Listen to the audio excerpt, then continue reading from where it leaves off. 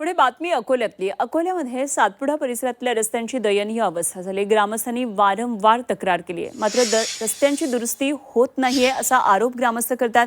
4 ते 5 गावांना जोडणाऱ्या महत्त्वाच्या मार्गाकडे दुर्लक्ष केलं जात असल्याचा आरोप होतोय। रस्त्यावरच्या खड्ड्यांमुळे अपघाताचे धोके सुद्धा वाढलेले आहेत आणि तातडीनं त्यामुळे उपाययोजना कराव्यात अशी मागणी इथले स्थानिक करतात। हा जो रहदारीचा रस्ता मेन रस्ता आहे, या रस्त्यावर उधाळी गाजीपूर येथे जवळपास 6 ते 7 खदाने आहेत, गौण खनिज। या गौण खनिजच्या माध्यमातून इथून मोठमोठे ट्रक चालत असतात आणि या ट्रकमुळे हा जो रुधाळी ते पोपटखेड रस्ता अत्यंत खराब झालेला आहे। या रस्त्यावर कमीत कमी 3 ते 3.5 फुटाचे खड्डे पडलेले आहेत, मोठमोठे खड्डे आहेत। इतके मोठे खड्डे आहेत की त्यातून ॲम्ब्युलन्स सुद्धा जाऊ शकत नाही।